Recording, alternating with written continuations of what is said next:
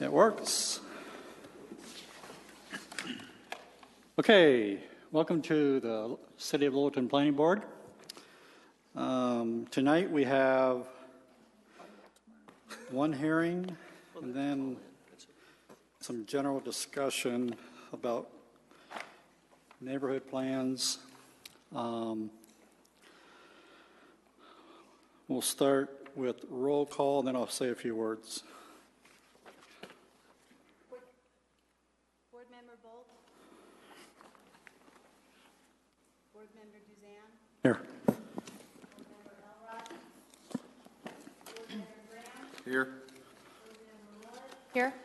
Board Member Miles. Here. Board Member Mason. Here. Board Member Samuelson. Board Member Schrader. Here. Thank you. First item is approval of the minutes from April 28th, 2014. And so I need to remind everybody, I'm still getting used to it. We're approving a video, which is a certified video by the recording secretary. So I need a motion to approve the video by the recording secretary. Motion to approve video by the recording secretary. I have a second. Second. All in favor, cast your vote.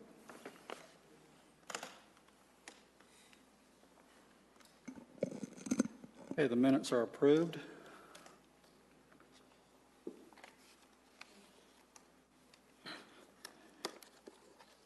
Okay, next item is scheduled, unscheduled appearances, but I just want to say a couple things first. First of all, we're in the middle of Western Welcome Week, so I hope everybody is taking advantage of that and enjoying the festivities that Littleton has to offer. That was just a public service announcement, unscheduled. And at the end of our hearing tonight, and before we go into general business, we will be ending the public hearing. So the public hearing will roll from now until after the only hearing we have. So if anybody who's here in attendance would like to say anything regarding the neighborhood planning that we're going to talk about, feel free to use this time now to say that, because after we close the public hearing, it'll just be a board discussion about neighborhood planning. So if there's anyone who'd like to speak to the board, come and state your name and address. And you want to go first, Paul? You had your hand up, so. Thing, and I think that's after a while that I talk. Is that true? I'm sorry? Yes, he'd like to talk about the case. Oh, yeah, the case. This is not the time for public comment about the case. It's just a free time to address the board about any issue. And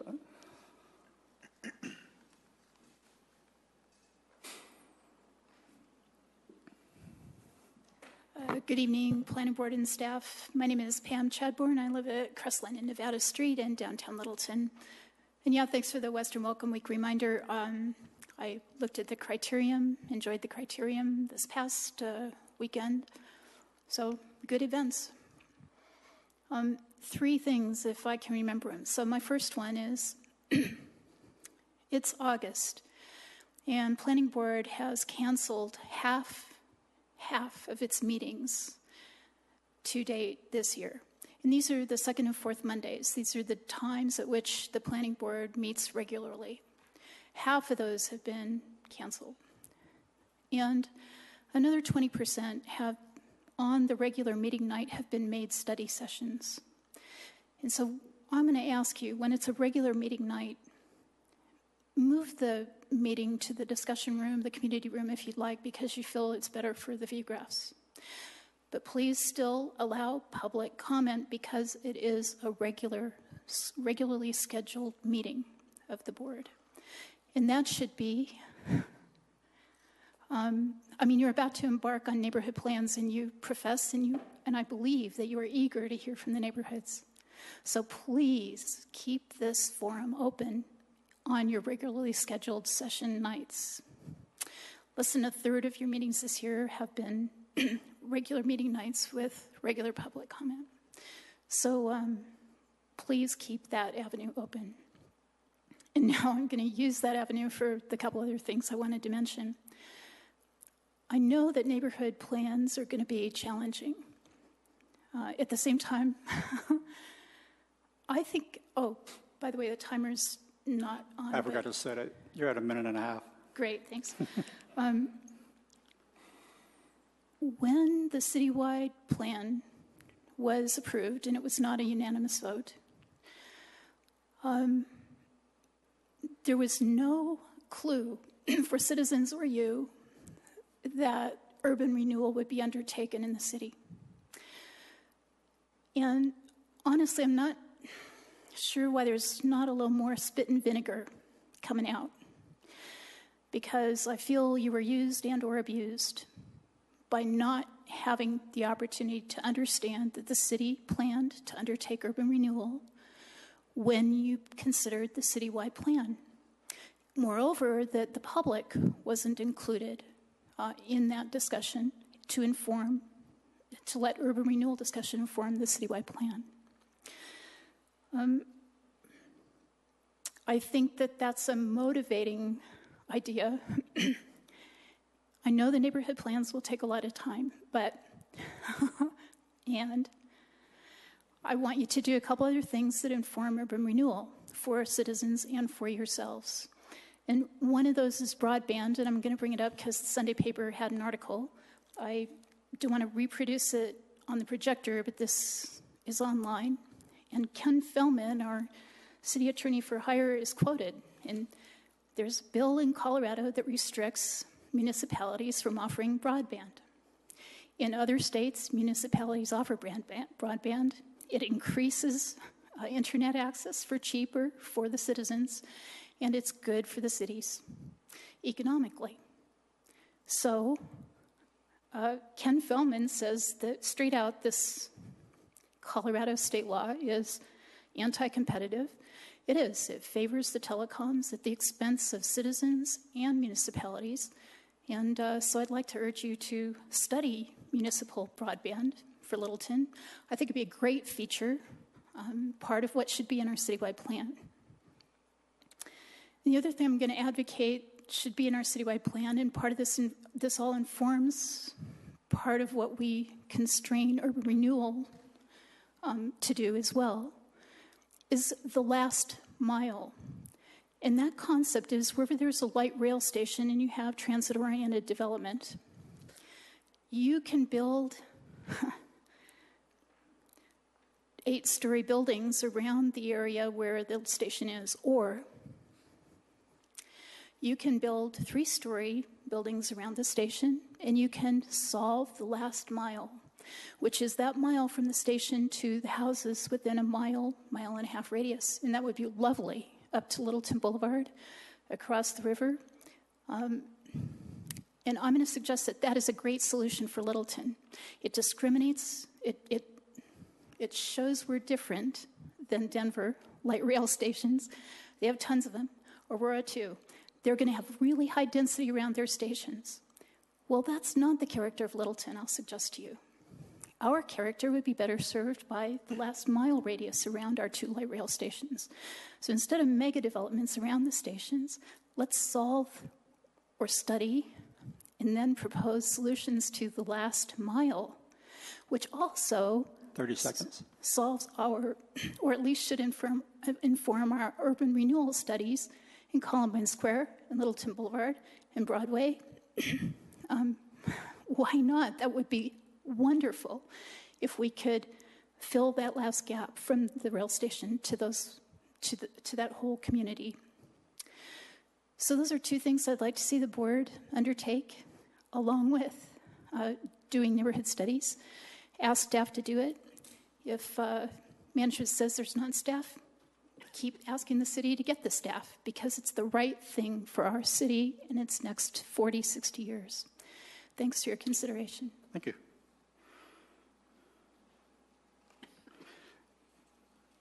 Anyone else?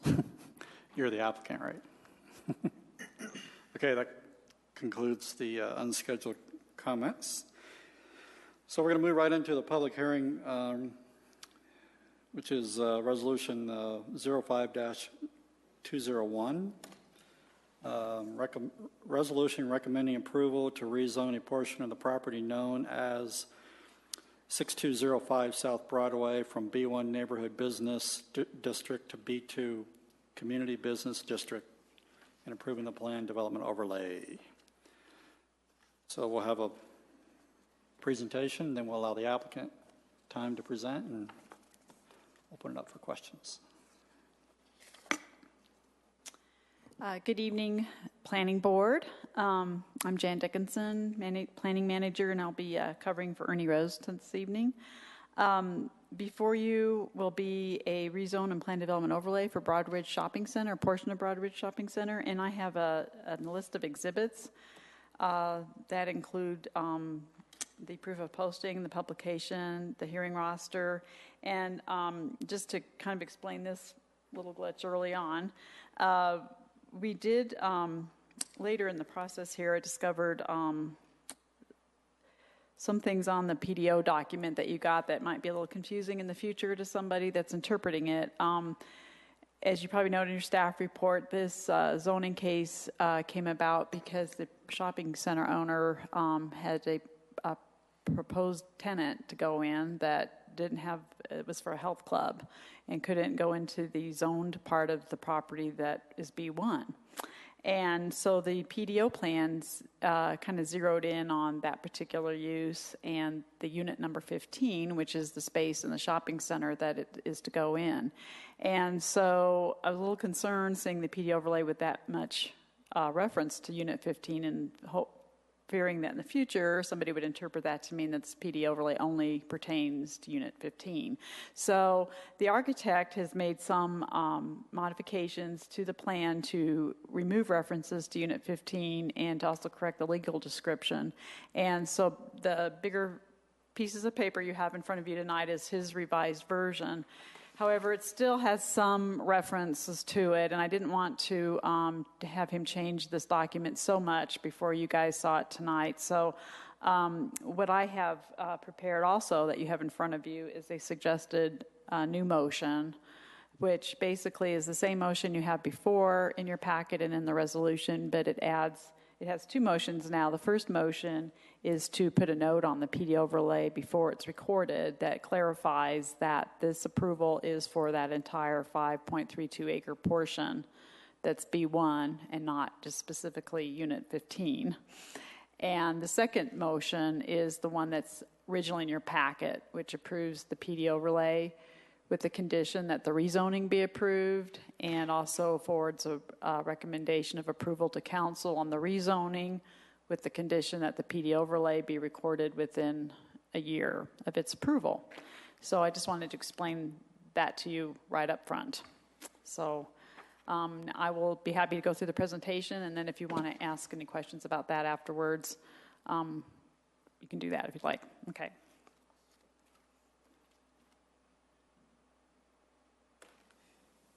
Thank you.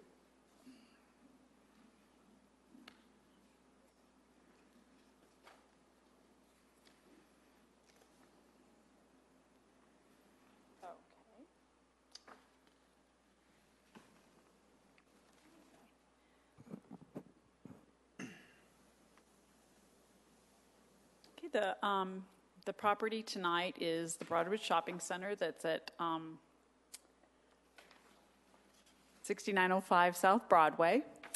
As you can see from the zoning map in front of you, the eastern portion of the property, the property altogether is almost about 10 acres. And it's, the eastern portion of the property is zone B2. It's roughly about half of the site. And the westerly portion that's adjacent to the residential area is zone B1. And this property was zoned and developed in the early 70s. And we've actually discovered there's some other shopping centers like this in Littleton that were developed in the 60s and 70s before we had PD zoning or PUD zoning. And it's pretty typical that they had zoned portions of their shopping centers that were adjacent to residential to B1, because B1 has commercial uses, but they're like neighborhood commercial uses, and B1 doesn't allow some of the commercial uses that B2 allows that would be, uses that would be more negatively impacting on a residential neighborhood. And for instance, like auto car dealerships are allowed in B2, and there's some other commercial uses that wouldn't be appropriate next to a neighborhood. And in this case, this shopping center owner had a tenant come in that wants to go in, the former Joann Fabrics shop, and it's a health club, which really would not impact the neighborhood any differently than a restaurant use would that's allowed in that zone district as well, or a supermarket or any other more heavily retail use which is allowed in the B1. And so we felt, well, and this was very important to the shopping center. It is, as a lot of the shopping centers in Littleton, they're older, they're having some issues, and to keep them vitalized, they need to get tenants that are good tenants in there. So they came to us, and we suggested that they rezone this portion to B2 so that they could get the health club in there, as well as some other flexibility in permitting uses. And but we were a little concerned about some of those B2 uses that aren't appropriate. So staff suggested that they apply for a PD overlay with the rezoning. And with the PD overlay, they could actually restrict uses. So on their PD overlay, they've added these following B2 uses: veterinarian hospital, an ambulance facility, restaurants. Along with a regular sit-down restaurant, it allows then also restaurants with drive-through and curbside service. Automotive uses just for like car washes or a repair shop, but not an automobile sales use. Indoor entertainment uses, which would include a bowling alley, ice skating, roller skating, and movie theaters. And then this health and recreation clubs. Now, the excluded uses that are restricted on the PD overlay are pawn shops. And then, of course, the sales, rental, and leasing of new and used motor vehicles, and gasoline sales. And then there's some conditional uses that are allowed in the B2 district that we also thought were not appropriate next to the residential because of some of its impacts, and that would be a teen club, and then outdoor recreation, entertainment, amusement activities because of their noise and all, and then, of course, a correctional facility. So that's what's been listed on this PD overlay that's in front of you for permitted uses proposed, and then these restrictions to mitigate any negative impacts to the residential neighborhood. The staff reviewed the proposal, and we found that it's consistent with the comprehensive plan. It meets the goals of the citywide plan in that benefits to the community would include additional shopping. It would include employment opportunities, and would capture retail shoppers from outside Littleton, because this property is just right on the border of Centennial as well, and not too far from Douglas County and Highlands Ranch. And also this proposal would help revitalize the older existing shopping center. Thereby it would improve our local economy, because this would give the property owner more flexibility in leasing his spaces and keeping them leased, and provide activity and life to this shopping center. Also, this property lies in the Kettering Park neighborhood of the current comp plan. This neighborhood plan mostly focuses on the residential nature of the neighborhood, but this proposal, being existing commercial on the fringe, does not conflict with the neighborhood plan because it does not create any new commercial uses to encroach into the existing residential area. How it improves the viability of the existing commercial center that serves the neighborhood as well as other parts of Littleton. And the PDO that's in front of you restricts certain uses of the B2 district from being in this part of the property, which will help maintain the integrity of the residential neighborhood to the west. So staff's recommendation is in favor of this. These are our findings in that it complies with the city's comp plan, the citywide plan that was adopted in 2014 and the current existing Kettering Park neighborhood plan. In addition, the PD overlays in compliance with Section 1095 of the City Code that deals with the standards for plan development overlays. And furthermore, staff finds that it promotes the general welfare of the community by vitalizing the shopping center and creating additional shopping and employment opportunities. And tonight we have the applicant's architect that's here. Since this is a fairly simple case, I don't find it's real necessary for him to do a presentation, but he is here to answer any questions you might have. And if you have any questions of me. Okay. Well, let's go ahead and open it for questions. Mark? Okay. Jan, in your list on the screen of permitted uses under the PDO, you left out 2.12, treatment and boarding of small animals within enclosed structure. Okay, well, let me explain this a little bit. The applicant pretty much copied the table from our code onto his plan. And in doing so, some of a lot of what you see listed on your plan are actually subcategories in our table.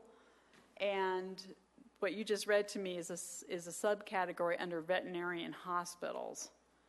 So I just, on this PowerPoint, I just pretty much kind of, for space sake, not to have all this long list of stuff and simplify things, I just sort of summarized each of those uses.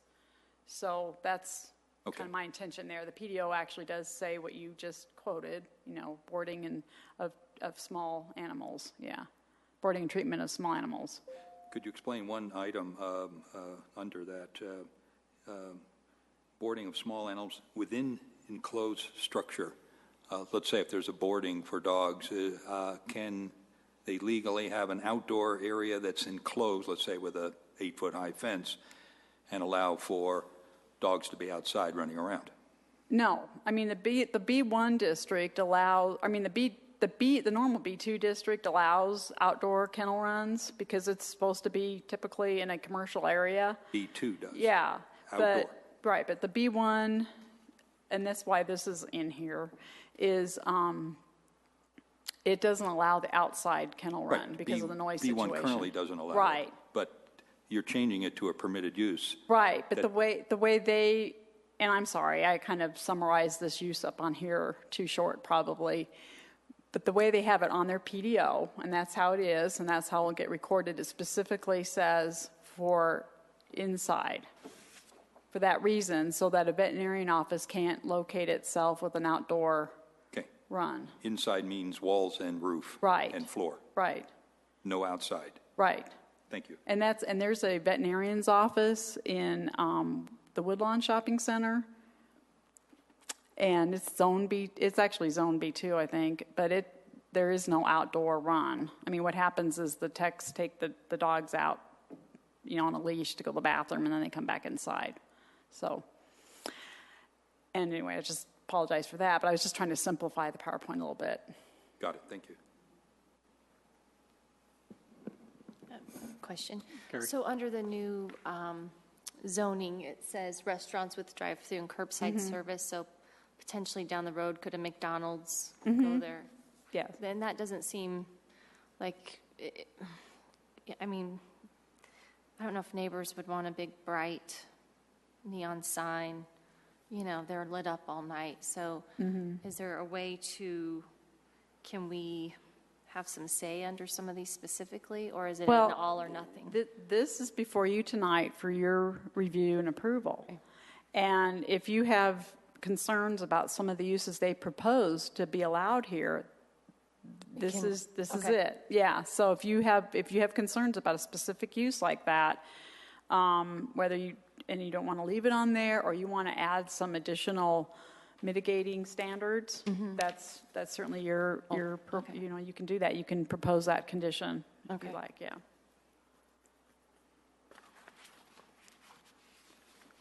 Is there any fencing currently identified to surround the property, or is it intended to stay open as it is now? I think I think you're just intending to leave it as, at this point they're intending to leave it as it is. Would that come up under a site improvement plan or development plan? Well, if they're just, They're not going to modify the building? well, yeah, there's tenant finishes typically don't require a site development plan. If they're, if they're proposing a use that would make some, if they're proposing a change in use that are keeping it within the same footprint of the building, but they may be having to require some additional outside activity, then what we put them through is what we call a sketch plan, which allows staff to review some mitigating factors, but doesn't really require the whole kit and caboodle of a site development plan. But if they do enlarge the building at all, then the site development plan would kick in. So, Do we even require fencing? well, if Even if it came up? Is it a requirement that they? well, we only require fencing if they're in a zone district that allows them to do outdoor storage that has to be screened. Right. But this doesn't allow outdoor storage. Right.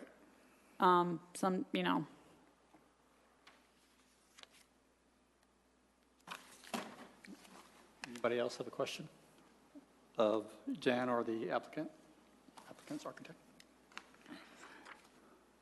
Is the building going to be changed at all?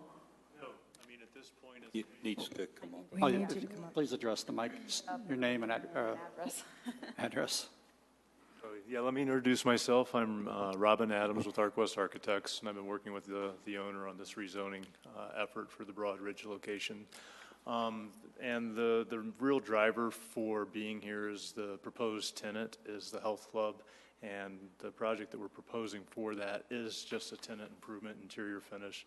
There'll be signage, of course, and the signage will absolutely comply with the local zoning requirements for signage. We just haven't gotten to that part yet, but it's not anticipated there'll be any exterior improvements other than change in the vestibule and entryway for access and signage at this point. So, and yeah, the primary reason I'm here is just to address any questions like this. Okay. Mark, you have a question? Yes, for you. I'm wondering why you didn't ask just for the PDO to include the allowed use for the fitness club. Why are the other new uses by right being added? Well, it's my understanding, working with the owner of the property, he did see this as an opportunity to potentially give him more horizon in the future for other tenants. And talking with, and the representative of the property is Steve Scannell. If there's anything that's objectionable to the board, certainly we would withdraw that request from the PDO if that would gain your approval. So, I mean, the main goal here is to get the health club use approved. But since we're applying for the B2 zoning, it seemed like a fair opportunity to see if some other uses, applicable uses that were neighborhood friendly, could be accepted under the PDO application. Yeah, because businesses come, businesses go. I see no problem with a fitness club at that site. I think it'll help the center considerably in its tired state. But I do see maybe one or two issues with other newly permitted uses that I'll have an amendment for. Okay. Anybody else have questions for the architect? Thank you. Thank you. Did you bring something pretty to show us? There are pictures of the UFIT if you wanted to Well, see. I just you brought them here. I didn't know if you wanted to share them I since you went to all the didn't want to trouble. complicate the presentation, but if you'd like to see them, I can show you a couple pretty pictures. Okay. So, all right, Carrie, let would me you un- like to see the I'd like to see a pictures? pretty Carrie would picture. like to see the Okay, pictures. one moment. That's expensive boards. Looking for new house. We went to look at all that trouble. Gotta You're very share 'em. considerate. He's on TV. That's right. He's going to wrap them. Time to shine.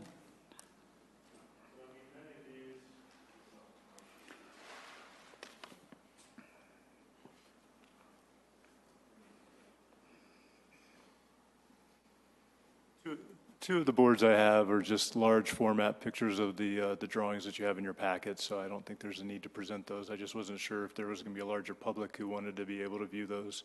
But so, in terms of the plan, this is the proposed plan for the interior, and You can put it on the table there, and we'll project it on the overhead, I'm not used to your, and that way the TV audience can see it. absolutely.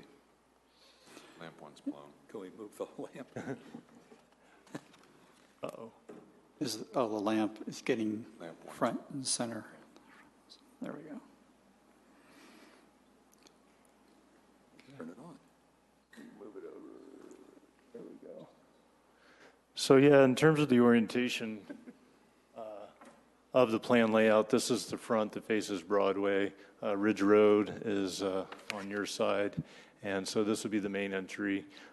Fitness machines, treadmills, and cross-cycle type of equipment will be in the front with the reception, general weightlifting equipment, and other forms of exercise equipment in the center, and then like a Group X for yoga and those kinds of types of exercises. And then they have a express circuit along the back, lockers, and the usual amenities.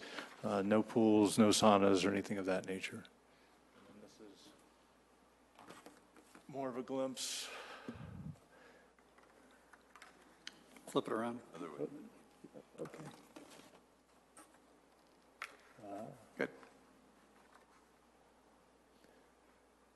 And so this gives you an idea of the imagery. And so currently UFID has expanded 2 locations into the Denver market. There's one in Aurora that's fairly successful and one in the Thornton location. This is the third. They're hoping to move into 2 other metro areas, potentially Arvada and Centennial, I think, are in their demographic horizon. Very colorful. If you don't like purple and green in your world of exercise, this might not be your place because it's pretty bright. But I think, as was expressed at the neighborhood meeting, I think a lot of the adjacent business tenants are really looking forward to this, to have more traffic coming through and potentially drive more, commerce and their businesses. But that kind of gives you a feel for what the interior would look like, and that's the signage, of course, for the outside. So. Thank you. Yep, thank you. So at this point, I want to open it up for public comment, and I think there's one person on the list. Paul?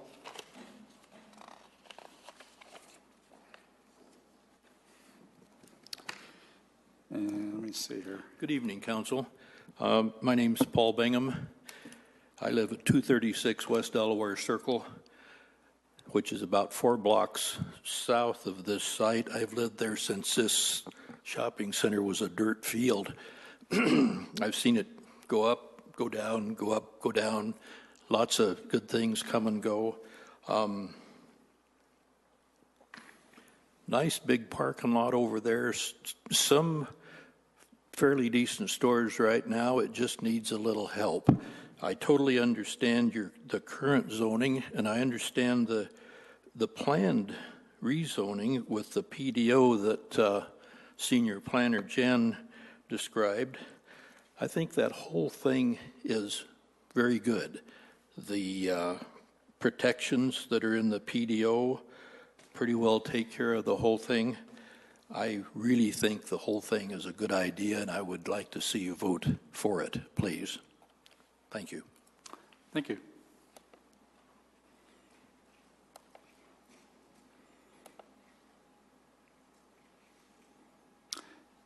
Anyone else? Yes, Pam.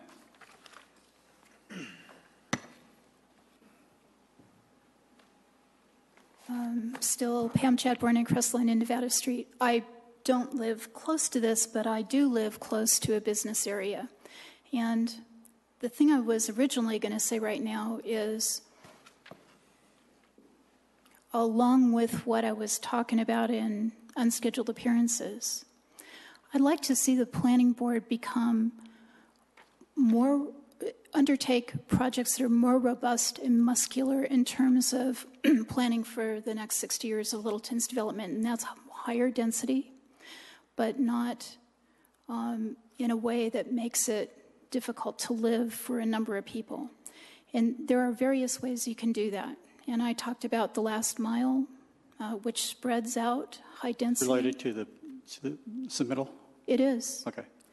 And I'm going to say, so my ask, I'm not sure. I really want you to know that there's some very large questions here with large scope. And they're exciting, they're solvable, and I'd like to see you undertake them. And one of them is developing a form of zoning, some kind of use, for transition areas or rub areas between business and residential areas. So the B1 looks like it was trying to do that. And it may not be current anymore. But the purpose of that has not gone away. In fact, it becomes far more important as density increases. And so what I'd like you to do here is remove all the added possible uses. It's really nice to put them in, but I think you heard from the architect that it's no problem to take them out. And it's also no problem to come back later for them. When they have an applicant, when it looks like they have a use, I want you, and I'd like the public, to have the opportunity to look at that use. I think what I noticed is next to here are apartments. And it appalls me that we, like King Soopers, keep pushing this development up against folks who already are living in a living situation that's close together and crowded. And I don't think we've solved that very well. There are cities that have. And I want to see Littleton join those cities who create great living environments for people of all incomes. And so you can drive around Denver and you can see places where business and residential juxtaposed are not solved well, and places where they are solved well. And I'd like to see the planning board undertake a study, some kind of proposals for this rub area or transition area.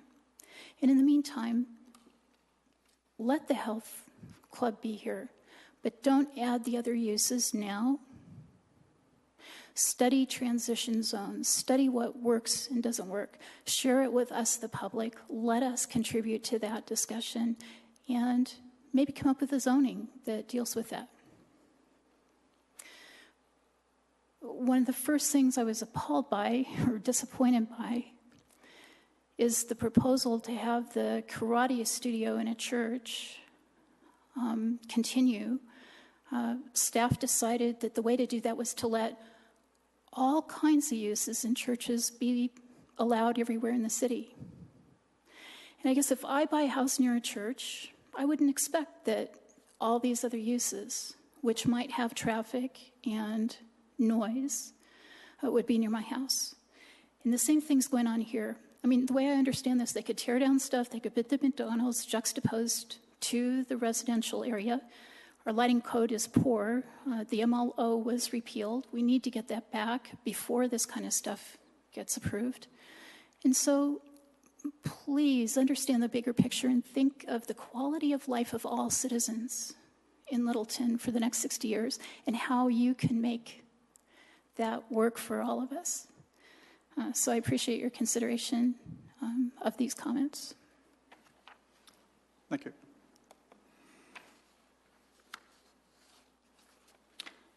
I don't believe there's anyone else.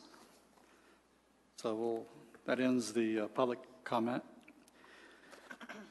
I'm going to open it back up to questions from the board of either staff or the applicant, if there are any. Okay. So at this point, we can move forward and discuss the project. And if there's a motion that somebody wants to present, we can do that and discuss that.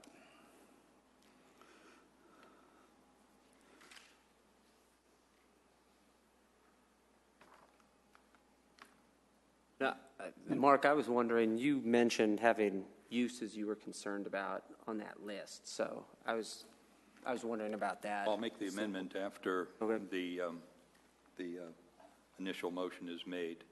But preview of coming to attractions, it would be to disallow 10.42, which is service related to cleaning, car washes, mechanical, e.g. engine, steering, drivetrain, tires, brakes, and body repair. And to make 11.11, 11.12, which are bowling alleys, skating, ice skating, roller skating, and movie theaters, 11.12 conditional uses. I would like to add to that 6.0, well, all the sixes, 6.0, 6.2, 6.4, any sort of fast food drive-through. 6.4? All the sixes, 6, and then what's underneath 6.2 and 6.4. So both restaurant drive-through and Yeah. curbside? Okay, Yeah. that was on my list.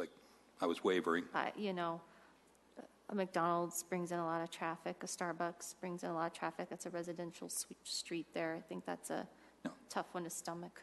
I think my concern is the southern portion of the unit. What is it, Unit 15? What could happen there with the drive-through or curbside service, and also concerned about what could happen in the back of this center. Right. That's why I was asking about the doggy running area. I have clients next to a dog area, outside dog area, and a business area, and it's miserable living, working there, I barking should all say. day, yeah. So, at any rate, but I could do my amendment, you can make your amendment, or I could lump it all in. We'll see what happens. Okay. Well, let's make a motion that you want to propose, and then we'll discuss it. Then we can amend it. Okay, want If to we do the need amendment to. first? So do we read all this and then do amendments? I think the main So- motion has to be put on first. Yeah, you got to put on, Well, no, the wording says that with you have to add the conditions Condition. first. So want me to go ahead? Yeah. Okay, offer an amendment that the following uses be deleted from the permitted uses in the plan development overlay, specifically 10.42, motor vehicles, under motor vehicles, and, let's see, 6.20, 6.40 under restaurant food service. And that okay, that's it for that. I'll have a separate amendment on the conditional use. Can I make a separate amendment? Well, so right now the amendment, or the motion on the floor is that 10.42. 6.0 and 10.0 be removed from the uses by right. 6.20, 6.40, All uses and under 6 and all 10.42. uses under He's being 10. more broad to just say anything that's a 6 and anything 6. that's a 10. Got it. Okay. That's the That's the current amendment. motion, which is a condition of approval. Does that sound correct? Yep. Discussion, or second? Second. And we have a second, so is there any discussion regarding removing restaurant and food service and motor vehicle-related sales and service operations from the permitted uses on the property? Just to clarify, Mark, you're suggesting that those would be conditional uses then? No, these would be removed Removed from the entirely. permitted. They'd be removed from permitted allowed. uses in the PDO area. So they're not conditional. They're removed. I can kind of understand the drive-through facilities in that it creates a certain kind of configuration of the property, and traffic patterns change closer to the neighborhood. But I want to hear a little more reason why motor vehicle-related services would be objectionable. I would think that would bring equally as much car traffic into the back. You're going to have trucks, that's just the nature of a retail facility. But the automobile traffic creates a whole different dynamic on the backside of that building that I think would have a very negative impact on the direct neighborhood there. I'd be reluctant to put up any sort of fencing or stuff because that then creates other places for things to happen. If they weren't going to go there, I would just say I'd like to see all cars generally restricted from there. And I'd frankly even lump in 2.0 with the dog run concept in there as well. although they said, they clarified the final, it is prohibited. It is prohibited, okay. You know, just basically narrowing it down to 11 is what Just to clarify, their PDO under their permitted uses does state treatment and boarding of small animals within an enclosed structure. So that's a veterinarian office that they keep them inside. They basically take them out on a leash to go to the bathroom, and then they bring them back inside. So there's not allowed to have outdoor kennel runs. Okay. And what exactly is ambulance facilities? Well, they actually, There's one right down they actually here. are there, but they don't come screaming out of there with their sirens on. It's just it's a business. We have one downtown here, and that's Aren't they what they just are. a maintenance shop for Pardon? the ambulance? It's basically kind of where they maintain them and they keep them, and they do go from there, but they don't typically run, go screaming out of there with their sirens on. But if you have a concern about that, again, that's another one you could list. Or remove if you want, or make it a conditional use or whatever, so. It'd be my opinion, the only thing I'd like to see on there is 11. Well, right now, we have a motion regarding 6 and 10. So let's finish that. Amend the motion. Do another one after. You can amend the motion if you would like to do that. We don't have to approve the motion. We can amend it before we approve it. The motion on the table. You can do it either way. You could go ahead and just vote on these two sections, or you can go ahead and amend it and add more on. Okay. Sometimes it's simpler just to go ahead and deal with this motion instead of And do voting on another. amendments to motions. Yeah. It can get So let's confusing. stick, if it's okay with board members, let's stick with focusing on 6 and 10. So I have a question, Jan, about 6, permitted uses under 6. There was a restaurant there. There was. And, B1 allows a sit-down restaurant, like Mission Trio. That doesn't preclude that. Right. The B2 district allows these more exterior service restaurants like McDonald's or a Sonic Burger and that sort of thing. So that's why they added this part of the B2 use to clarify drive-throughs and stuff. And if you don't want that there, that's again, Okay. you can restrict that. But by removing that, you're not eliminating a sit-down restaurant without exterior service. So I have to correct what I was saying, which we're not removing 6.0 entirely. We're only removing 6.2 and 6.4. Now, on their PD overlay at the very beginning of their land use table, it does state in there all B1 district uses allowed. And that's one of the uses in the B1 district that's allowed, is a sit-down restaurant, okay? So that still protects That's still that. there, yeah. Okay. And if you eliminate the outside service ones, that doesn't affect an indoor sit-down restaurant from being there. This is why I think it's better to use a specific Yes. number, like Let's be 6.20. specific. Yeah. Any further discussion? So we have a motion and second to remove from the permitted uses 6.2, 6.4, and 10.42. Vote.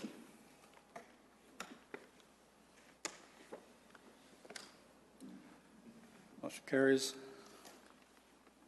That on? No, never mind. I'd like to make an additional motion to similarly treat 2.12 and 5.50. No second? What was the second one? It was the ambulance facilities and the veterinary. Restate the motion, please. To additionally prohibit treatment and boarding of small animals within a small enclosure and ambulance facilities with the intent of pretty much limiting it down to the recreation, amusement, and entertainment. Is there a second?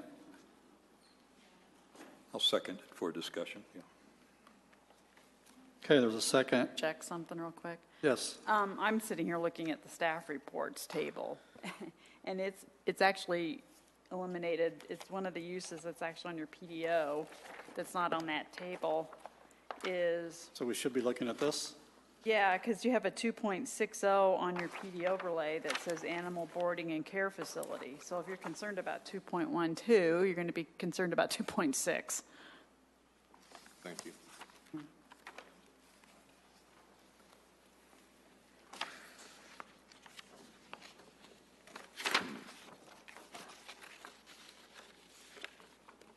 So just to clarify, on the cover sheet,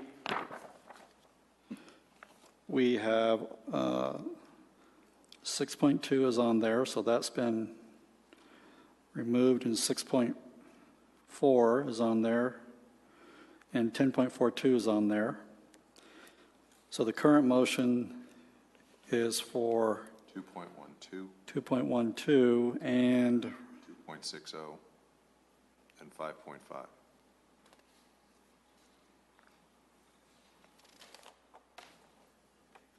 and Which 5.5. Which leaves all those 11s. Oh, I think we need to get another second. We added 2.6 to kind of clarify the motion. So the current motion is to remove 2.12, 2.6, and 5.5. We have a second on that. Just kind of I'll second it restating to everything. get the discussion going. Okay, open for discussion to remove those 3 permitted uses. Any comments? Yeah. Mark? Yes? No. Please.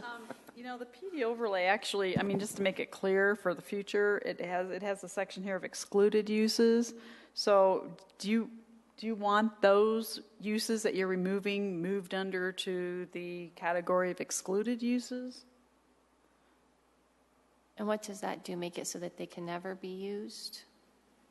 Well, they'd have to go back through an amendment like this to do them. I just, you know. As we're making the motion to make it correct. Isn't that just restating? It is. Putting it it's on- just, on I think paper, for what we're doing? clarification, because they were trying to restrict certain uses that are allowed in the B2 district, they have this category of excluded uses. So I didn't know if you wanted to, if you're removing uses off the permitted use, if you just want to move them also down to the excluded use category. Should that be, or should we not do that? I think you would move them down to excluded Yeah. I think uses you so would, that we but do know we It need makes it more that. clear in the future, you know, if somebody else comes in after Do we these need guys to are long amend gone. anything to? No, okay, that's administrative. Yeah, that is just administrative, so that's what Okay. you want to do. We can change that and do it, I put them think so, underneath there. unless somebody Okay. has another. That makes it clear. Right? Any clarification? Any more clarification? Okay, Mark. Well, Andrew, I would agree with you on 5.5 ambulance facilities, because really the only way that would work is if you start loading up the rear of the shopping center, entryways, storage of vehicles. So that would kind of change the back a bit. I don't think tremendously, but it would change it. As far as the animals go, again, it's within enclosed structure, no outdoor yapping dogs. So I guess I would disagree with getting rid of the animal clinics permitted use. I guess that makes sense. So I guess can I revise my No, just amended? Just vote against it. I Well- would agree with Mark. I would vote for that if it didn't have the animals. I think there's no harm in allowing a vet to move in to that shopping center. I would agree with that, too. Take it off and kill it, or We can go ahead and vote, and vote Do and another kill it one. and do another one just for ambulance? Yep. or we can amend the motion, so just make it, Like, Let's keep going through amendments. That's mine. You're the boss. whatever you want to do. so that we, because we don't know how everybody's going to vote, let's go ahead and amend your motion. I'd like to amend my motion to. You have a motion to amend. Motion to amend to exclude 5.50 from appropriate uses, from permitted uses. And not, And, yeah, everything else, 2.2, 12, 2.6, and all the 11s would still exist. or a second? Second. Sure. Jan, you should just stay up there. We say this in English. Well, listening to your concerns about the outside barking of the dogs, if you want to leave the animal boarding and care facility, you may want to put a restriction on there that no outdoor boarding is allowed, or make it a conditional use, because right now our code allows in the B2 district doggy daycare but it's under a conditional use because of the outdoor boarding. So, Okay. But I mean, I'm with you. Right now, I think we're just picking on 5.5. But we're still in the amendment. But just to kind of, That's totally appropriate for you. okay, and actually in that shopping center nature, it doesn't really lead itself to putting an outdoor kennel area, but Actually, I think it would be a dandy place to put it. in the back alley there. Not back alley, back parking lot loading area, it'd be a great area. But the conditional use requirements for that type of use has a 20-foot setback between residential property and the outdoor runs. Still room to do it. Well, I just want to let you know. So if you're concerned about that outdoor use, you may want to take a better look at that 2.6. Okay. Are we getting messy with all the different amendments and stuff? Trying not to. Put like a do-over button, just to. Start again. Where's that restart button? So currently, we have an amendment, a motion to amend the motion that Andrew made to Only be 5.5. remove 2.12 and 2.6 from his motion and only remove 5.5 from permitted uses. We have a second. Any discussion, or have we had that? Well, I would say that we should move 2.6 to a conditional use as part of his amendment. Next one. Yeah, I'm thinking we got to finish what we started. Okay, sorry. So we're going to vote on the current motion, or amendment for the motion. You're voting on the amendment to the motion. We have an amendment to the motion we're voting on.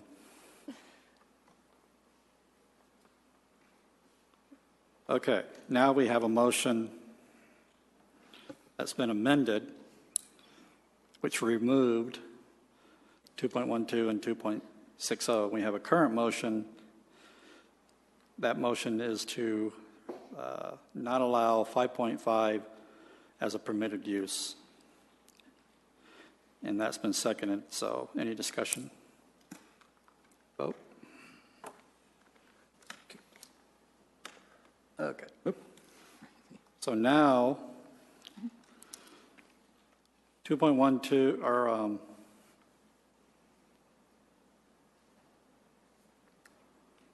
2.12 is still permitted use, 2.6 is a permitted use, 5.5, 6.2, 6.4, 10.42 will be moved to excluded uses. All the 11s are still permitted uses. Well, indoor amusement is conditional. One of them is conditional. I'm sorry? One of them is conditional. We can't say all 11s. Oh, 11.15 is conditional. No. Detail job. On the plan, Jan, it says not included in 1.1. On your staff report, so same thing, but it says conditional. Can you clarify what that means? Indoor amusements not included in 11.1. So any uses that are not in 11.11.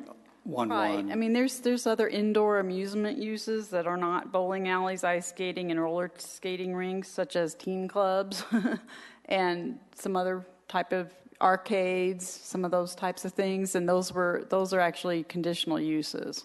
Okay. In our code.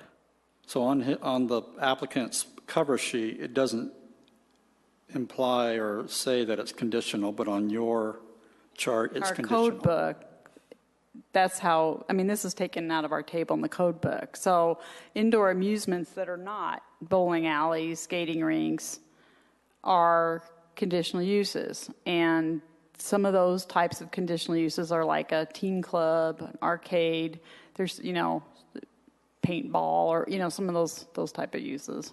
So they're already conditional. They're already in the conditional use chapter. And so in our table, those are listed as C, conditional use. Okay. Does everybody understand that? Okay. So now we're down to, again, I'll just restate it, 2.12, 2.6, 11.11, 11.12, 11.15 with its conditions, and 11.16 as permitted uses. Are there any other motions? I would like to make a motion to amend the use 2.6 to a conditional use. Is that stated properly?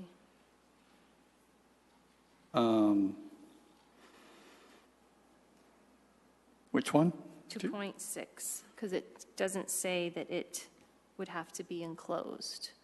So it would be conditional use, then they would have to get permission, correct? If you make that a conditional use, that's consistent with how this use is in the code in this area. They would have to come before you with a conditional use approval at a public hearing, which involves the neighborhood. And, you would at that time review their application and how they propose to mitigate things such as the noise and all. And if you do approve that conditional use with the conditions and they violate those, then they come back in here for revoking the use or whatever. So you have control over mitigating something that's noisy or bothersome to the neighborhood from that use. That's the whole point of a conditional use. So if you choose to put that 2.6 in there as a conditional use, that's very consistent with that type of use next to a neighborhood in a commercial zone district. Just going back to the good old days then, that's what we're doing. So is that your motion? Yes. Have a second? Second? Discussion? I think Jan just had the discussion for us. Yeah.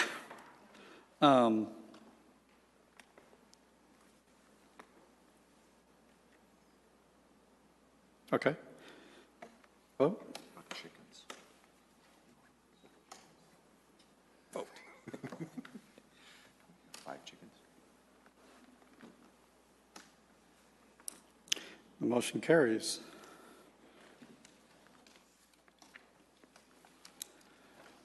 Okay.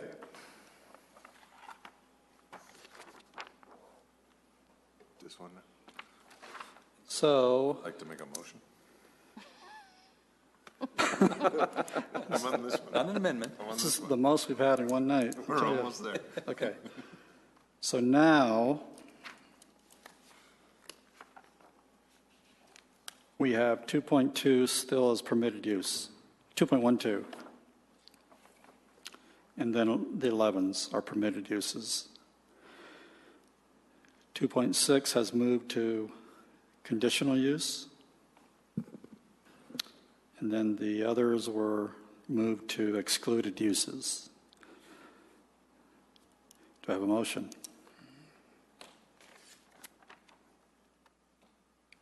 Are you ready? Andrew? All right. I move that a second condition of approval is included in Planning Board Resolution 2014-05, which requires that the following note is added to the PDO prior to recording. Quote, that the uses and standards stated in this PDO do not specifically apply to Unit 15, but apply to the entire portion of the property as described in the stated legal description of the 5.32 acres, end quote. Have a second? Second. Any discussion? Let's vote. Motion carries. Okay. One more time. I move to approve Planning Board Resolution number 2014-05, which approves the Broadridge Plaza Shopping Center Plan Development Overlay with the newly adopted condition concerning the additional note and the original condition that the property be rezoned to B2 Commercial Business District within 1 year, and which forwards a recommendation of approval to the City Council on said proposed rezoning with a condition to that the applicant submits the Broadridge Plaza Shopping Center Plan Development Overlay for recording within 1 year in accordance with 10-1-9E. Make sure I never do this again.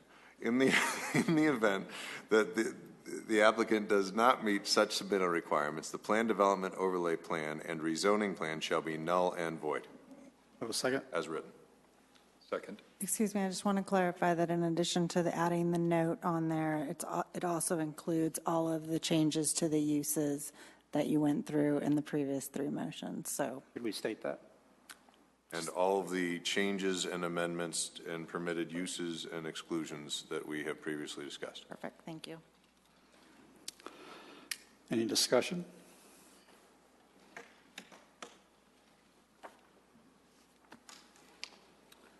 Okay. Motion passes. And thank you for being here. We look forward to seeing fitter people in our community.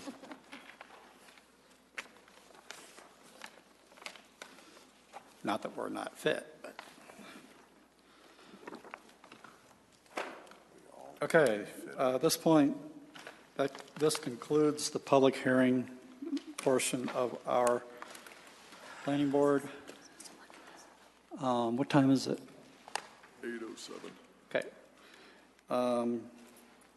We move into general business, and we're going to have Glenn brief us on next steps for neighborhood planning.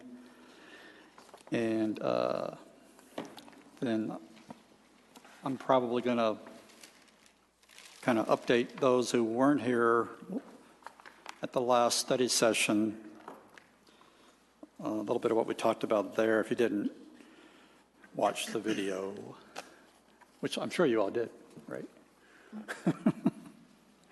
And then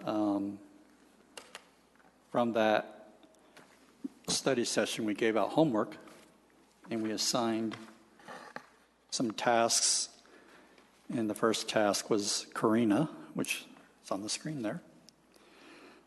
So Glenn, you're on. Mr. Chairman and Planning Board, I just wanted to point out what I did, and it's up there for your perusal, is take the work that Mark put together and some of the discussion we had in our last study session.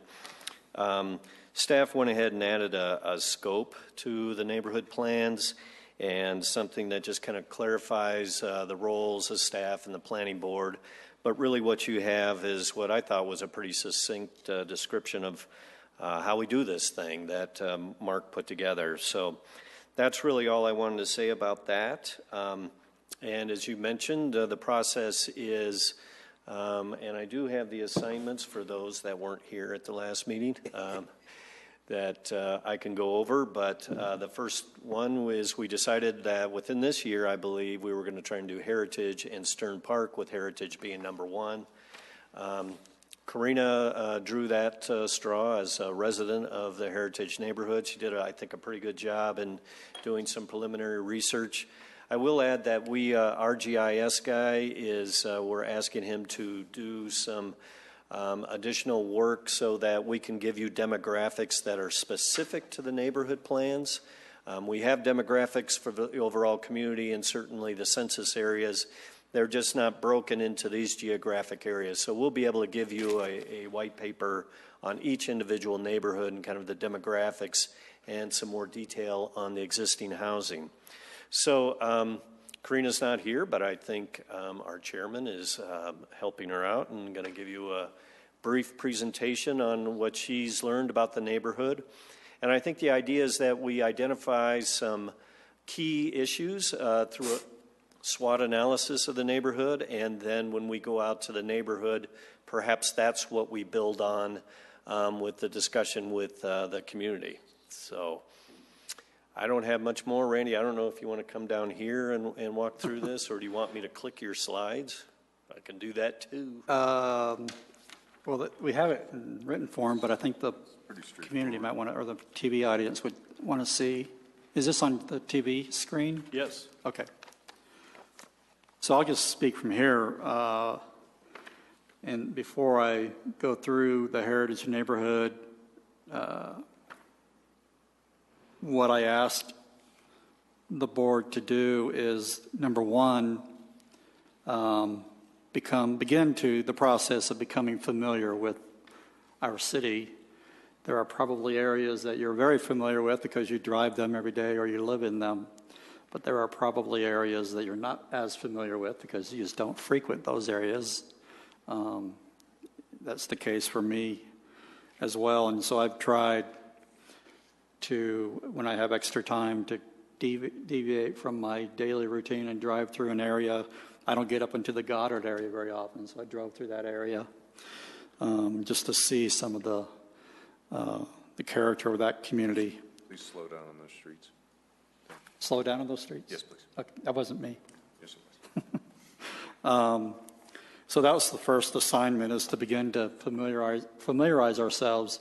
And although, I mean, we have plenty of time because it'll take us a year or more to go through all these neighborhoods, to do all the updates on the plans.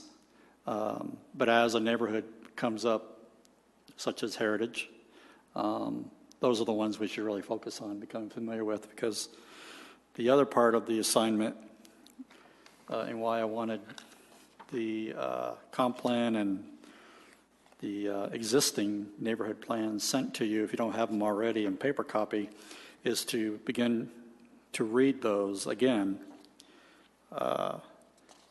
Specifically the Heritage neighborhood and the Stern Park neighborhood, because those are the ones that are going to be on our plate here quickly. And to read the policies that are there now and make margin notes to yourself about whether you feel that particular policy is out of date, has already been implemented, will never be implemented, just because of the time it was written to now, as things have totally changed. When this document was first drafted, some of South Littleton wasn't developed, and so there's references to future development. Well, everything's built out now, and so there's no more future development in terms of creating open space or creating connectivity. That most of that's been done. And I don't say this. This is more of an internal education for the board, so that when we do have the public meetings, we are ourselves knowledgeable about the neighborhood, and we're not just going in blindly. Because first and foremost, we want the neighborhoods to have their voice during the meetings with them.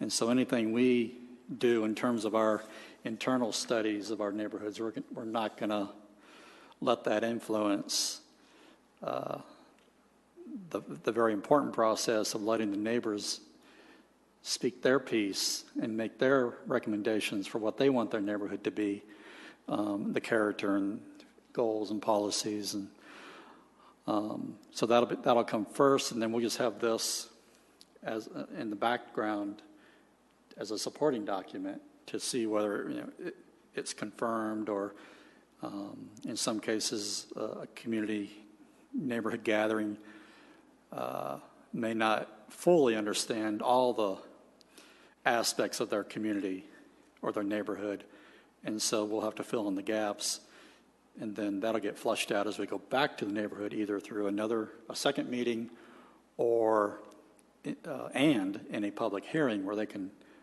come and comment about a draft neighborhood plan. So that's kind of the big picture process of education. In that, one more thing before I get into Heritage. And at this point, we identified, and if you weren't here, you got assigned a neighborhood, but we kind of knew where you lived. So Goddard is Andrew. Cool. So you know that neighborhood. Yep. Kurt, Progress Park. Carrie, Stern Park. You know that neighborhood. Mark, Kittering. Is it pronounced Kittering? Kettering. Kittering Park. Karina was Heritage. I have South. Dave is doing Trailmark. He lives there. And then RC and Ed, we're going to have you help out. We haven't assigned Southwest because that's more of a corridor, and that may get taken by a corridor study. But if either one of you want to help me with South, because the South, I think, is a complicated area because it's so commercial. Don't forget Centennial. Did we decide we're not going to do Centennial? Or was that we just didn't have anybody to? We're not going to do downtown. No, downtown's done, but I think we're doing all the We are doing remaining. Centennial? Okay.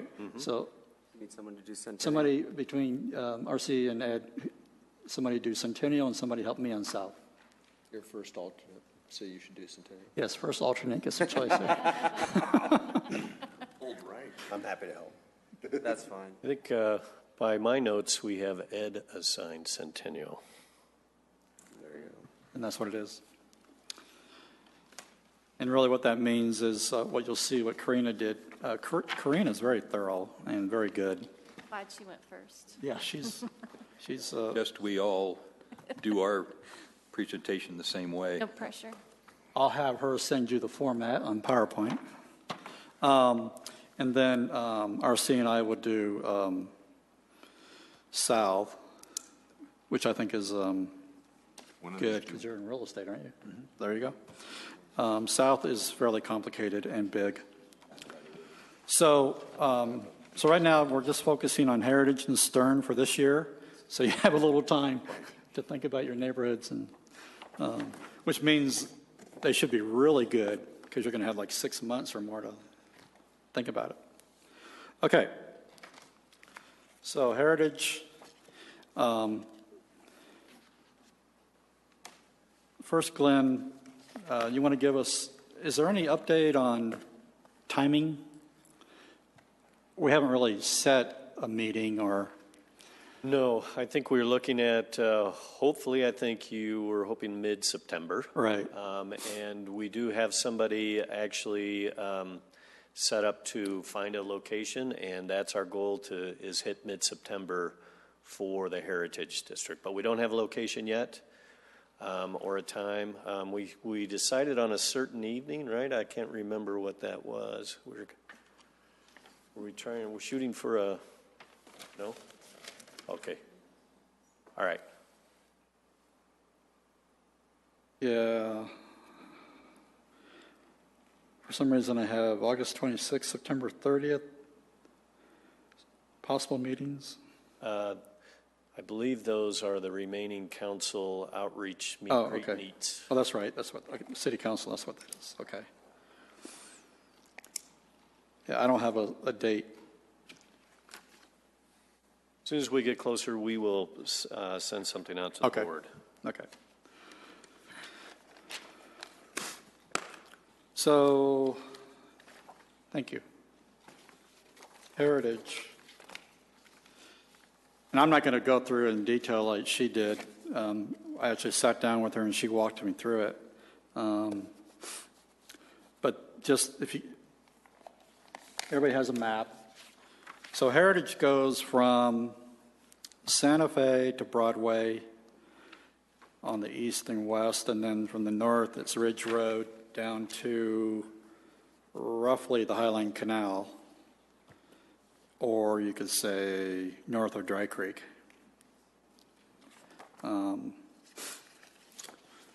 Which is predominantly single-family residential, low density in character. The only commercial portion would be on Broadway, which is the office complex across the street from the future Littleton, well, the current Littleton Village. But it doesn't really have direct access into the neighborhood. You can only get into that office park off of Broadway, which raises the question of whether it should be part of Broadway. But it is in the heritage boundary right now. And there is no other commercial in the neighborhood, so it's a fairly stable neighborhood. There's really no vacant land, or there is a couple of small little parcels being redeveloped into new homes, right smack in the middle near Euclid Elementary. There's a small little housing development going in there. There is very little, I think, very little of what you see in Stern Park, which is scrape-offs or pop-tops or remodels going on in Heritage neighborhood. Some of the larger lots along Prince are changing hands and being built as larger houses, especially the mansion that's on hold right now. If you saw the article, and if you haven't driven by it, you would see that it's sat there for a long time, or for 3 months now, with nothing happening. But that doesn't define that neighborhood. If you look, if you have the citywide plan, or when you have a chance to see it and look at the land use plan, you'll see that a heritage neighborhood really has one of the nicer networks of open space and parks, linear parks, with the Highline Canal on the south, Lee's Gulch going kind of diagonal south to north, and then the Highline also kind of goes off to the north over to Broadway. And so you can pretty much get through the heritage neighborhood on a bike through that trail network. And then there's a few little open space parks. What's that one called? The Grandfather Park, or the Grandpa's Acre. Grandpa's Acre. And then there's one off of Jackass Hill that's been preserved. The top of the hill has been set aside as open space. So that was a nice set aside.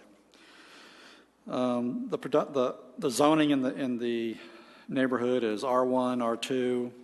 There's some PDR. And then there's some RE, which would be estate, and then S and L.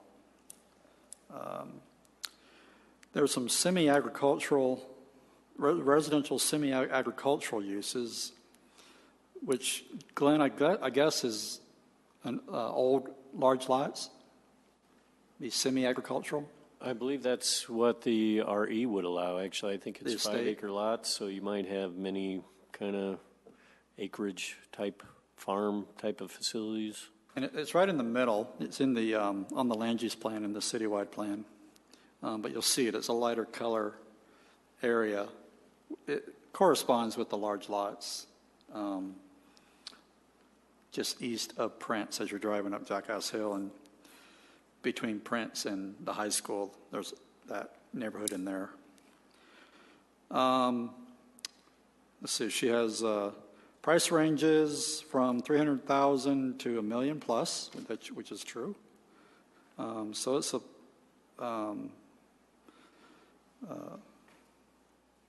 what would you call that? Was that an upper middle price range for housing? It's not. There's not a lot of affordable housing in there. The homes were built between the 1960s and 1990s, with a few exceptions of some of the newer lot-by-lot remodels that are within the last 5 years. Some of the neighborhoods are the Ridge, Sundown, Southgate, Shadycroft, and Range Road. There's one high school, Heritage High School. There's an elementary school, Runyon Elementary.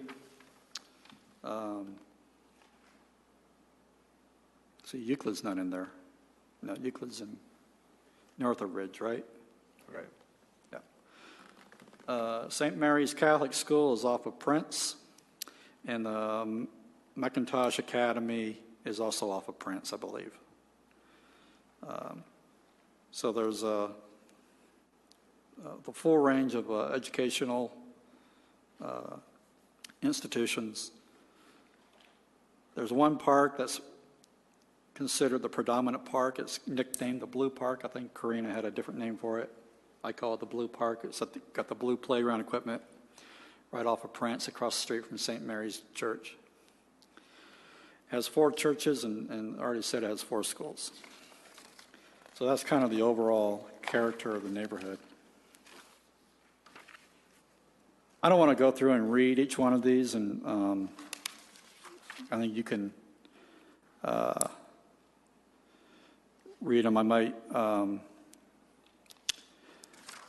going to really focus on the strengths, and you can read the others while I'm talking because you can probably do it faster. So strength number 1, and Karina, this is a good idea, which I think we need to do definitely, is she did her analysis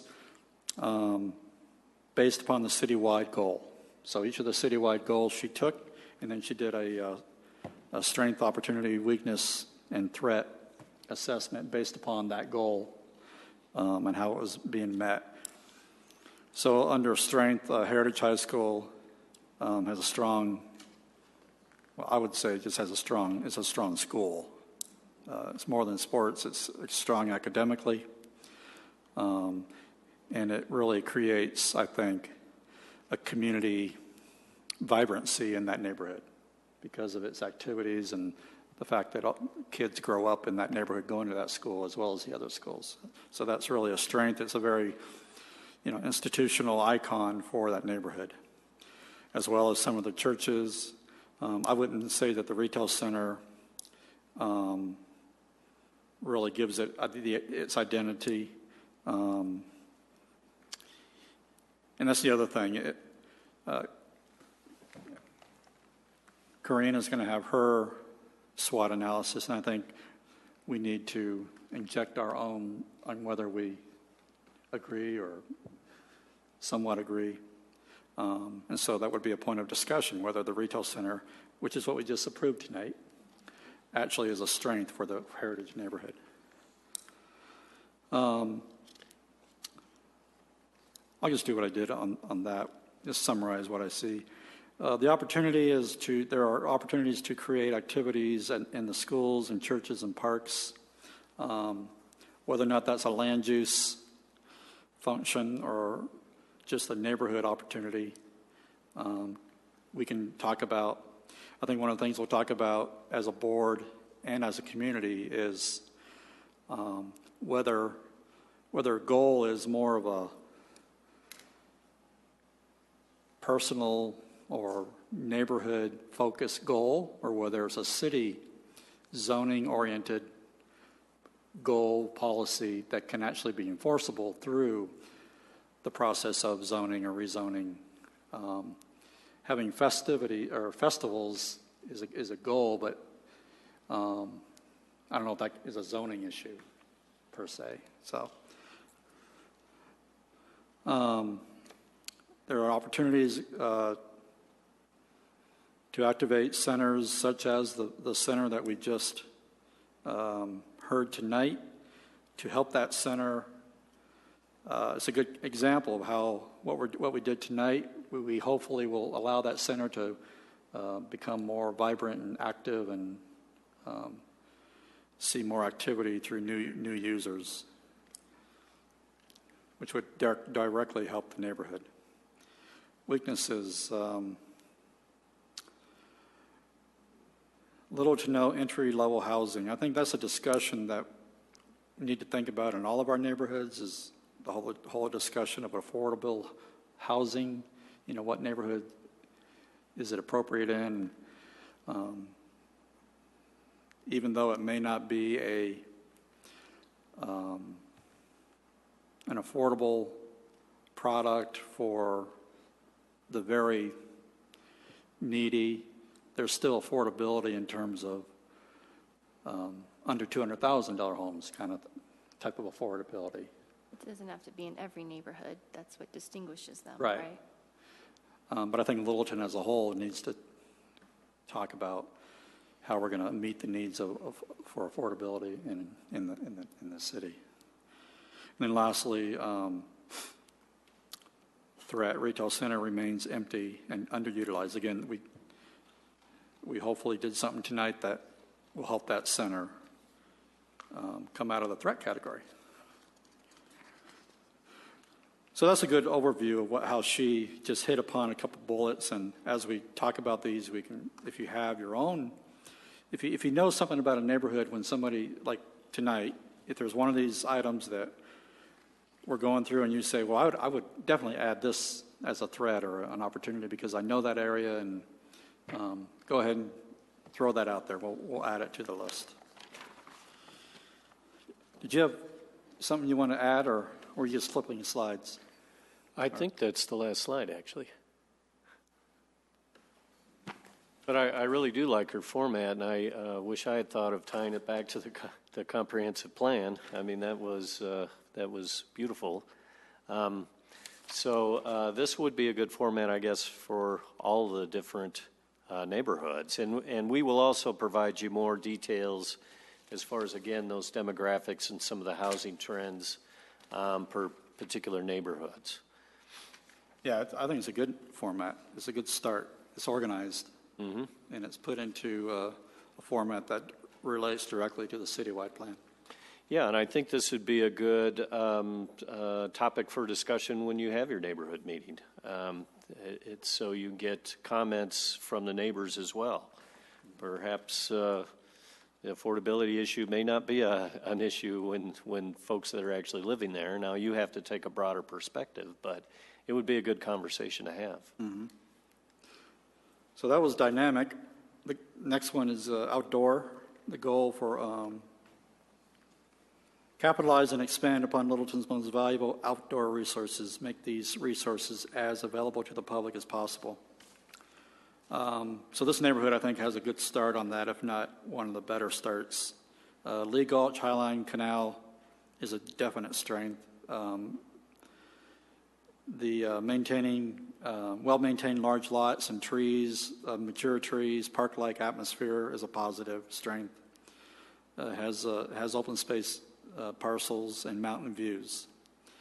The opportunities create parks, more parks in sub-neighborhoods. You would have to band together and see about aggregating land, I guess, but that would be an opportunity to expand upon that.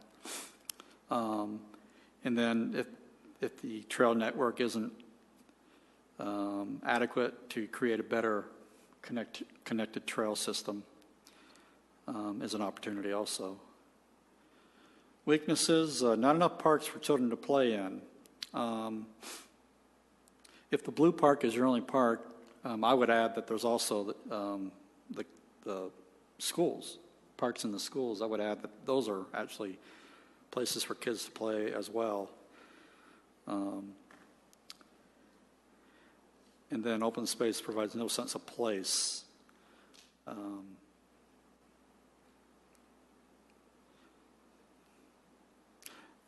I'm not sure what that would be. I don't know if anybody has any thoughts on how do you create a sense of place in open space other than signage. One of the things I know she mentioned for Jackass Hill, and speaking of signage, is if there was some kind of monument that would describe the mountain range to the west, might be something that would give that more of a sense of place. But yeah, that's an interest. I mean, that's open space. You can't really park, and I don't see many people recreating there. It's right. But we do preserve the views from that space. But that might be an interesting conversation. How do you get more use out of that incredible space?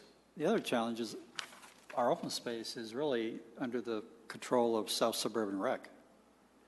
And so we don't necessarily have control of it. We have say or some influence. But that's more of a different institution. They pretty much control what goes on, and in our open space corridors, don't they? Right, They own our park system for the most part, yeah. for the most part. And the Highline Canal is owned by Denver Water, and we just hope that they keep that around. That would be a definite opportunity if Denver Water ever in the future was going to let go of that canal and abandon it.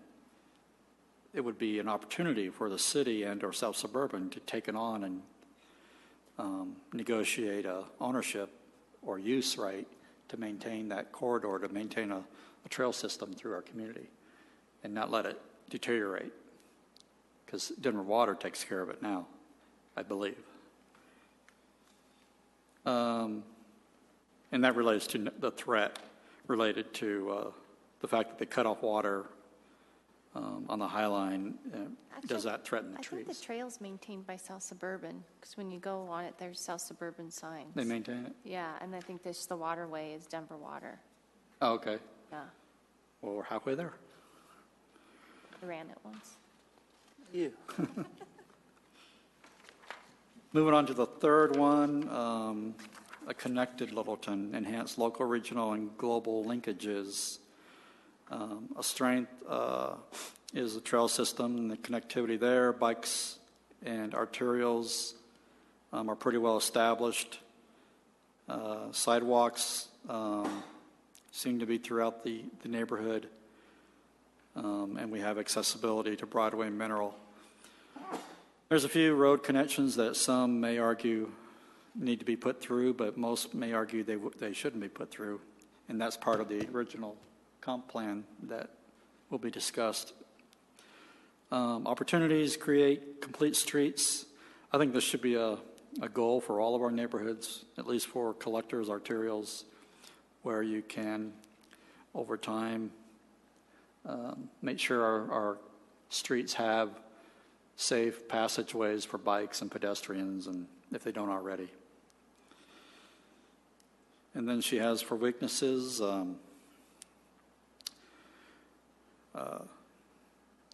even though we do have some walkways that are good, apparently in Heritage there are some walkways that are poorly maintained and need improvement. Ridge Road, Prince, and Windermere, she points out. These roads have significant fast traffic, inadequate sidewalks, cracks, overgrown grasses, and then mine got cut off. Trails designed primarily for recreational use need more safe paths to destinations. Again, safety in terms of our path system and in general, I think is a good policy. Lastly, threats, expansion of roads to accommodate more vehicular traffic. I guess her point there is some of the roads that are not connected, there's a threat that that they might be connected and interrupt some of the community character and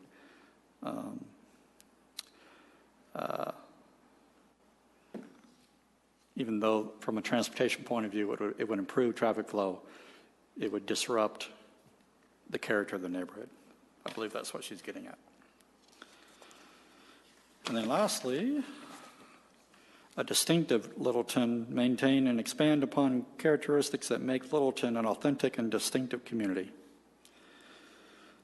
Strengths are the high quality of architecture, design, landscaping, Crabtree Trail on Prince is a nice little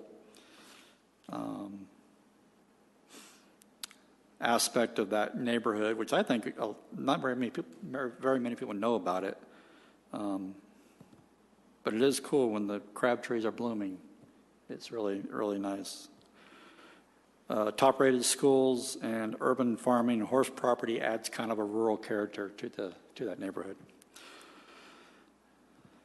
Opportunities for the neighborhood to be more distinctive, create gateways, which I think is, again, a citywide opportunity to create gateways for neighborhoods. I think Denver has a history has had a history of gateways on neighborhoods. You look at University Park, you look at Wash Park, you look at old, where the Denver Country Club is, you see the old monolithic brick structures on corners.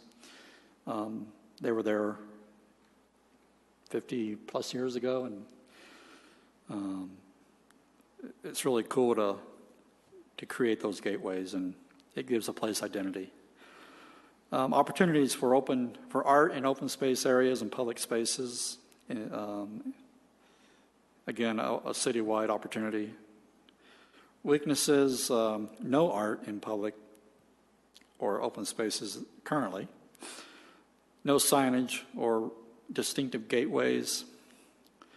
And then lastly, the threat for that neighborhood, potential decrease in families in the neighborhood, reducing enrollment in public schools, which is an issue as Littleton ages, has an impact on the I'd like to throw another threat in there. I think that losing our horse agricultural zoning is a threat because something that Littleton's always had is the horse properties.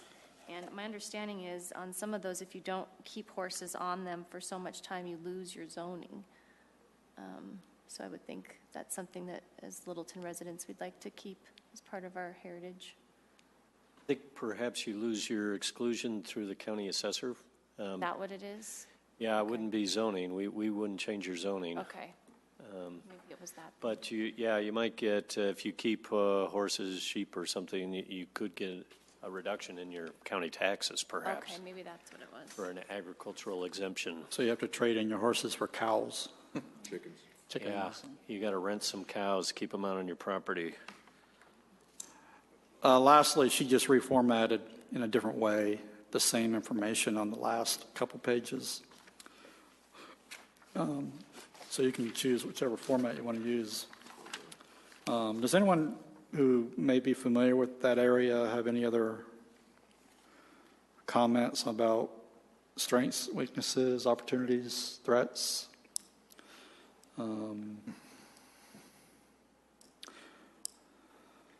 She did a pretty good job. Like I said, when we have neighborhood meetings, we're going to get definitely more information from the people who live there.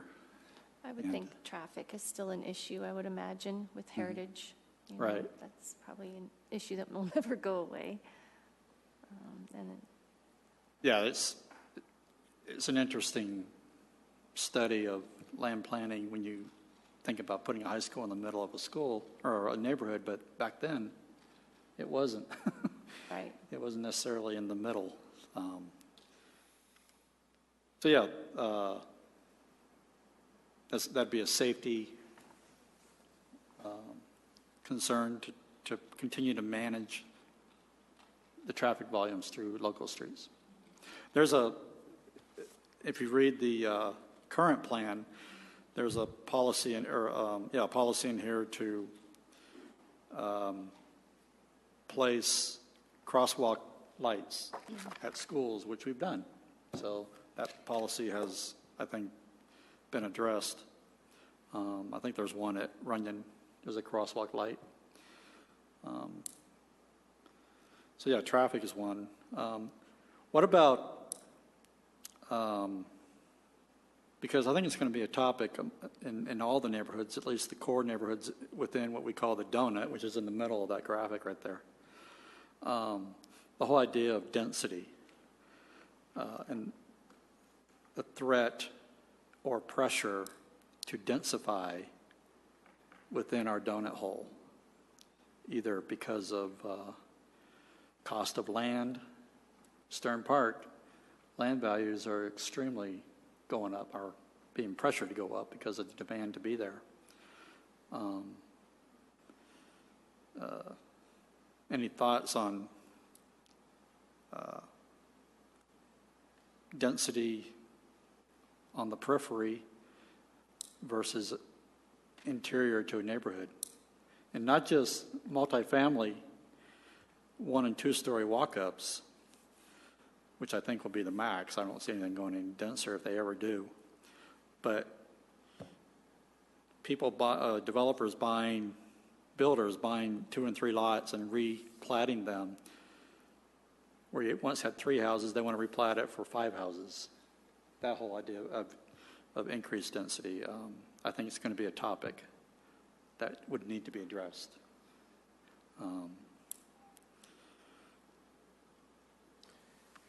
I guess 2 observations I have is, one, the shopping center that we talked about tonight on Ridge Road, I think that's actually in Kettering Park. It's not in the Heritage neighborhood. So just a point of clarification. Oh, it's right above. You're right. And then the other just kind of overarching thought that I had is the importance of this being a pretty consistent process.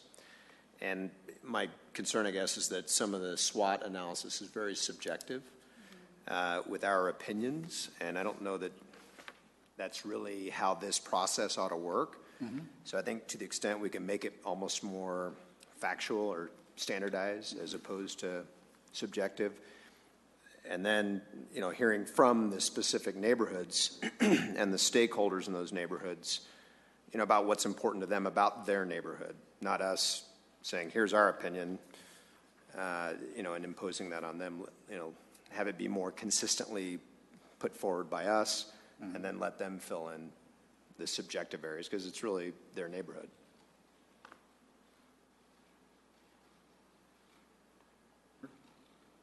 Well, I'm going to tread real lightly here, because, but you had the toss-up question about density at the perimeters and density in the interior, increased density, and my suggestion is to tread lightly.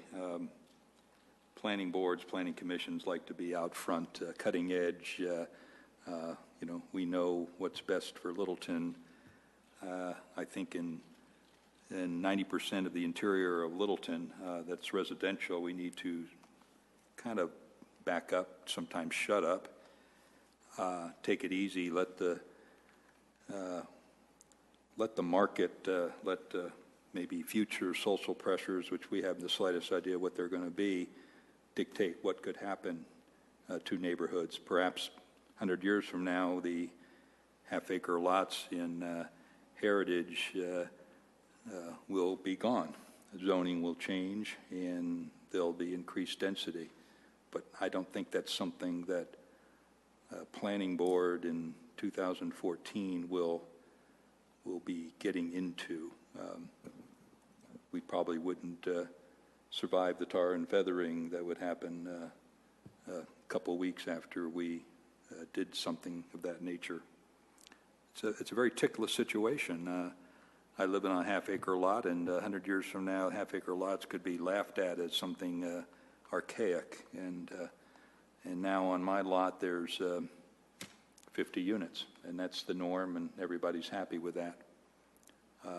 Today, I think Littletonites are generally happy about the density of the interior of Littleton and want to keep it so. They are willing to look at some areas, appropriate areas on just the perimeter that could be denser. Perhaps one of our speakers here spoke of Littleton Boulevard, South Broadway redevelopment, mixed use in some of these aging shopping centers that there is no need for the shopping anymore.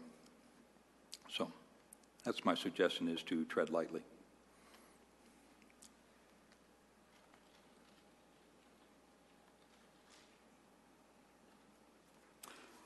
I would totally agree with both RC and you, Mark. Absolutely on the being factual versus subjective, because we get into emotion and all that. And it's not about our thoughts, it is about the neighborhood thoughts. So I would totally agree with that, and we need to make sure that is our main focus. And regarding density, I like to play a little bit of devil's advocate, because I know that those kinds of things become points of discussion. And in our current comp plan, we do talk about the preservation of low-density housing on the interior of neighborhoods. And so maintaining that versus anything else will be a point of discussion, but again, it's the neighbors that will decide that.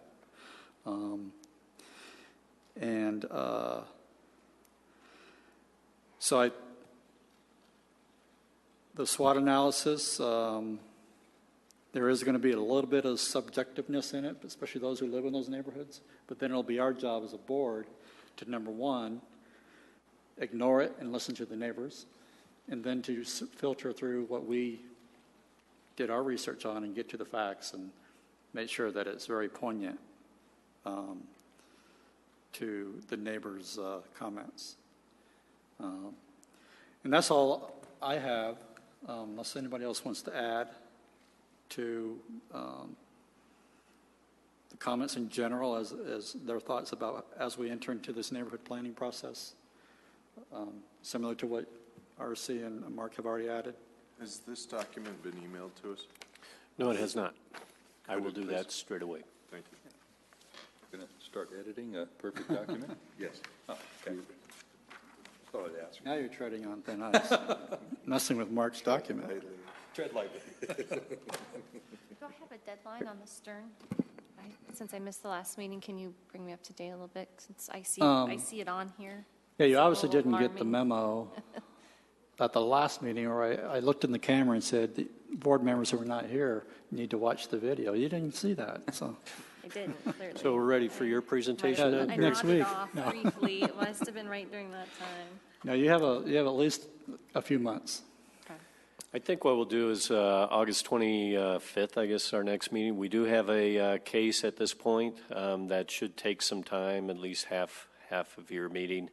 But then perhaps we'll firm up an agenda and a time and place for the Heritage Neighborhood Meeting.